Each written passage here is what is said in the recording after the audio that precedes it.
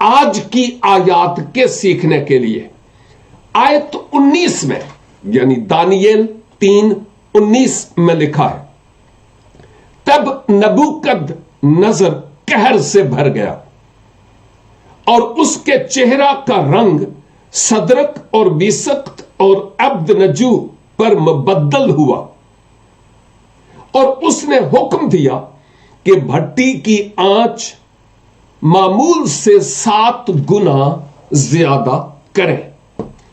اگلی آیات پر ہم بڑھیں گے اور ان کو پڑھیں گے بھی، لیکن کیوں نہ ہم ان آیات پر بات کرتے ہوئے آگے نکلیں، کیونکہ بہت کچھ ہے ان آیات میں ہمارے سیکھنے کے لیے۔ ان نوجوانوں کے جواب دینے پر بادشاہ انتہائی قہر آلودہ، غضبناک اور غم و غصے سے بھر جاتا ہے اور یہ کہتا ہے، حکم دیتا ہے کہ ان کو اس آگ کی بھٹی جس میں ڈالا جانا ہے اس کی آنچ کو جو معمول کے مطابق ہوتی ہے اس سے 7 گنا زیادہ کر دو۔ بادشاہ کے چہرے کا رنگ بدل جاتا ہے، ممکن ہے کہ وہ غصے سے لال پیلا ہو گیا ہو۔ مبدل کا مطلب تبدیل ہو جانا۔ ان نوجوانوں کے حق میں وہ قہر آلودہ ہو گیا تھا اور کہتا ہے، ٹھیک ہے، اب معمول سے 7 گنا آگ کو زیادہ تیز کر دیا جائے۔ اس سے پہلے بادشاہ نے شاید ان کو پیار سے کہا ہو، نوجوانوں، ایک چانس اور آپ کو دیا جاتا ہے، میں بڑا ہوں، اختیار والا ہوں، کوئی بات نہیں اگر پہلے نہیں کیا تو اب تم اس مورت کے آگے سجدہ کرو، یہ تمہیں بونس کے طور پر چانس ملتا ہے۔ لیکن میں نے عرض کیا کہ ان نوجوانوں نے بادشاہ کو کیا جواب دیا، اور اب انتہائی غضبناک ہوتا ہے، اور ان نوجوانوں جن کو دانیل کی سفارش پر صوبہ بابل میں سرفراز کیا گیا تھا کسدیوں کے بہکانے پر، ان نوجوانوں کو بسم کرنے کے لیے آگ تیار کی جاتی ہے، اور وہ بھی 7 گنا تیز آگ کی جاتی ہے۔ ان نوجوانوں کے انکار پر موقع ملا بادشاہ کو کہ وہ اور زیادہ غم و غصے میں ہو کر آگ کو 7 گنا تیز کرے۔ یاد رہے کہ میں نے گزری دفعہ بھی اس بات کا ذکر کیا تھا کہ ان نوجوانوں کے لیے موقع تھا کہ وہ انکار کرتے تو کر سکتے تھے، اجنبی دیس تھا، کوئی اتنے زیادہ جان پہچان لوگ بھی نہیں تھے، اور ہزاروں کی تعداد میں دورہ کے میدان میں لوگ اس مورت کے آگے سجدہ ریز تھے، ماسوا ان 3 نوجوانوں کے جو کسدیوں کو نظر آئے۔ اور یاد ہے میں نے گزرے ہفتے کہا تھا کہ خدا کے لوگ جس سوسائٹی، جس معاشرے، جس شہر، جس گاؤں، جس ملک، جس علاقے یا جس طرح کے لوگوں میں ہوں، خدا کے لوگ وہاں پر پہچانے جاتے ہیں کہ وہ کیسے ہیں۔ جہاں کہیں آپ اور میں اپنی زندگی کے دن گزارتے ہیں، کیا ہم دوسروں کے بیچ میں پہچانے جاتے ہیں کہ ہم کون ہیں؟ یہ تھا سوال جو ہمیں اپنے آپ سے پوچھنا تھا. اور اب بادشاہ کہتا ہے آگ کو 7 گنا تیز کرو، انتہائی غضبناک ہو کر. اور دیکھیے آگ کو 7 گنا تیز کرنے سے مراد یہ نہیں ہے کہ اب 2 دفعہ تیز ہو گئی اور 3 دفعہ تیز ہو گئی اور 4 دفعہ اور 5 دفعہ. نہیں، اس سے مراد کچھ اور ہے. بائبل مقدس میں جو 7 کا ہندسہ ہے وہ کاملیت یا پرفیکشن کو پیش کرتا ہے. اس سے مراد یہ ہے کہ یہ آگ جتنی تیز ہو سکتی ہے اتنی زیادہ تیز کی جائے تاکہ ان کے بچنے کے لیے کوئی راستہ نہ ہو. جو ہی ان کو اس بھٹی میں ڈالا جائے فوراً بسم ہو جائے، ختم، نہ رہے باس اور نہ بجے بانسری. اس آگ کو 7 گنا تیز کیا گیا. عزیزو، ایمانداروں، میں ایمانداروں سے بات کرتا ہوں. اگر ہم اپنے آپ کو مسیحی مومن اور ایماندار سمجھتے ہیں تو اس بات کو اچھی طرح پلے باندھ لیجئے کہ جب ہم ابلیس کی کمپنی، صحبت اور رفاقت سے نکلتے ہیں اور پھر اس کی باتوں میں نہیں آتے، سمجھتے ہیں کہ یہ غلط ہے اور ابلیس کو منہ ٹوک جواب دیتے ہیں، نہیں میں یہ نہیں کروں گا، میں یہ نہیں کھاؤں گا، میں یہ نہیں پیوں گا، میں وہاں پر قدم نہیں لے کر جاؤں گا، میں یہ نہیں دیکھوں گا، میں یہ نہیں چکھوں گا، میں یہ نہیں سونگوں گا، میں یہ نہیں سنوں گا. تو پھر ابلیس ہمارے خلاف بڑی بڑی آزمائش ہے 7 گنا تیز کھڑی کرتا ہے. اور بندہ یا بندی ہو ایماندار اور اس کے سامنے آزمائشیں نہ ہوں، امپاسبل، ناممکن ہے، جھوٹ ہوگا. لیکن اگر 2 نمبر ہے، ریاکار اور منافق، اوپر صرف کور چڑھا ہوا ہے ایمانداری کا اور اندر کچھ اور ہے، تو پھر تو ابلیس جانتا ہے پمیں گرجے جاوے یا پمیں جتھے بھی ہووے، اے ہے تے میرا ہی نا. اس کو کچھ نہیں کہتا، صرف انہی کی مخالفت کرتا ہے جن کے دل آسمان والے سے لگے ہوئے ہیں. اور ابلیس ہمارا دشمن جانتا ہے کہ جب یہ ایسا کرے گا یا ایسے کرے گی تو پھر اس کا مطلب یہ کہ میرے برخلاف کام کرے گا. آیت 20. اور اس نے اپنے لشکر کے چند زور آور پہلوانوں کو حکم کیا کہ صدرک اور میثق اور عبدنجو کو باندھ کر آگ کی جلتی بھٹی میں ڈال دیں. نبوکت نظر بادشاہ اپنے لشکر کے چند زور آور پہلوانوں کو، آپ اندازہ کیجئے، ایک تو عام فوج ہے، عام لشکر ہے، لیکن بادشاہ کا ایک اپنا لشکر تھا جو ہر پہلو کے اعتبار سے بادشاہ کا تحفظ کرتا تھا. گویا سمجھنے اور سمجھانے کے لیے میں یہ کہوں گا کہ بادشاہ کی جو اسپیشل فورس تھی اس میں شاید ہر بندہ کمانڈو ہوا ہو اور اس نے اپنے کمانڈرز کو یہ حکم دیا ہوگا کہ ان تینوں کو پکڑ کر